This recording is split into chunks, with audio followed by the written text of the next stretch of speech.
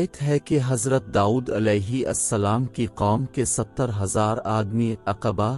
کے پاس سمندر کے کنارے ایلا نامی گاؤں میں رہتے تھے، اور یہ لوگ بڑی فراخی اور خوشحالی کی زندگی بسر کرتے تھے۔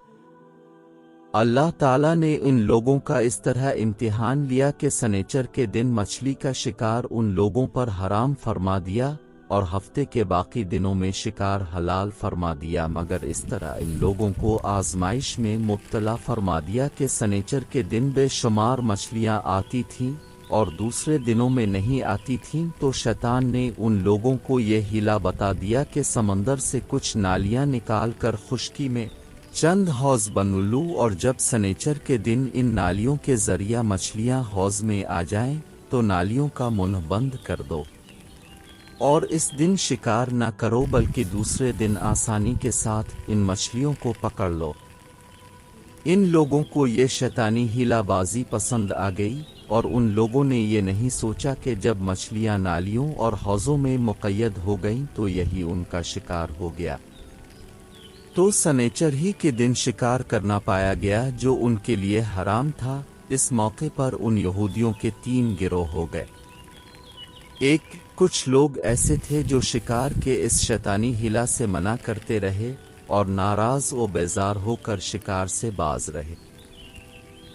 اور کچھ لوگ اس کام کو دل سے برا جان کر خاموش رہے، دوسروں کو منع نہ کرتے تھے بلکہ منع کرنے والوں سے یہ کہتے تھے کہ تم لوگ ایسی قوم کو کیوں نصیحت کرتے ہو جنہیں اللہ تعالی ہلاک کرنے والا اور سخت سزا دینے والا ہے۔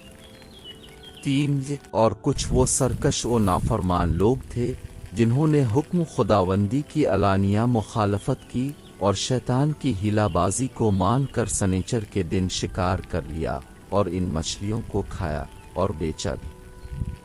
جب نافرمانوں نے منع کرنے کے باوجود شکار کر لیا تو منع کرنے والی جماعت نے کہا کہ اب ہم ان معصیت کاروں سے کوئی میل ملاپ نہ رکھیں گے، چنانچہ ان لوگوں نے گاؤں کو تقسیم کر کے درمیان میں ایک دیوار بنا لی اور آمد و رفت کا ایک الگ دروازہ بھی بنا لیا۔ حضرت داؤد علیہ السلام نے غضبناک ہو کر شکار کرنے والوں پر لعنت فرما دی۔ اس کا اثر یہ ہوا کہ ایک دن خطا کاروں میں سے کوئی باہر نہیں نکلا، تو انہیں دیکھنے کے لیے کچھ لوگ دیوار پر چڑھ گئے تو کیا دیکھا کہ وہ سب بندروں کی صورت میں مسخ ہو گئے ہیں۔ اب لوگ ان مجرموں کا دروازہ کھول کر اندر داخل ہوئے تو وہ بندر اپنے رشتہ داروں کو پہچانتے تھے اور ان کے پاس آ کر ان کے کپڑوں کو سونگھتے تھے اور زار و زار روتے تھے، مگر لوگ ان بندر بن جانے والوں کو نہیں پہچانتے تھے۔ ان بندر بن جانے والوں کی تعداد 12,000 تھی۔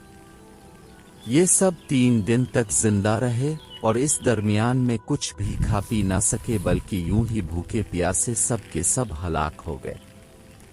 شکار سے منع کرنے والا گروہ ہلاکت سے سلامت رہا، اور صحیح قول یہ ہے کہ دل سے برا جان کر خاموش رہنے والوں کو بھی اللہ تعالیٰ نے ہلاکت سے بچا لیا۔ البقرۃ 65۔ اس واقعہ کا اجمالی بیان تو سورہ بقرہ کی اس آیت میں ہے۔ ترجمہ کن ظالمان، اور بے شک ضرور تمہیں معلوم ہے تم کہ وہ جنہوں نے ہفتہ میں سرکشی کی تو ہم نے ان سے فرمایا کہ ہو جاؤ بندر دھتکارے ہوئے۔ البقرۃ 65۔ اور مفصل واقعہ سورہ اعراف میں ہے جس کا ترجمہ یہ ہے، اور ان سے حال پوچھو اس بستی کا کہ دریا کنارے تھی، جب وہ ہفتے کے بارے میں حد سے بڑھتے، جب ہفتے کے دن ان کی مچھلیاں پانی پر تیرتی ان کے سامنے آتیں، اور جو دن ہفتے کا نہ ہوتا نہ آتیں، اس طرح ہم انہیں آزماتے تھے ان کی بے حکمی کے سبب۔ اور جب ان میں سے ایک گروہ نے کہا کیوں نصیحت کرتے ہو ان لوگوں کو جنہیں اللہ ہلاک کرنے والا ہے، انہیں سخت عذاب دینے والا، بولے تمہارے رب کے حضور معذرت کو، اور شاید انہیں ڈر ہو، پھر جب وہ بھلا بیٹھے جو نصیحت انہیں ہوئی تھی ہم نے بچا لیے وہ جو برائی سے منع کرتے تھے، اور ظالموں کو بارے عذاب میں پکڑا بدلہ ان کی نافرمانی کا۔ پھر جب انہوں نے ممانعت کے حکم سے سرکشی کی ہم نے ان سے فرمایا ہو جاؤ بندر دتکاری ہوئے۔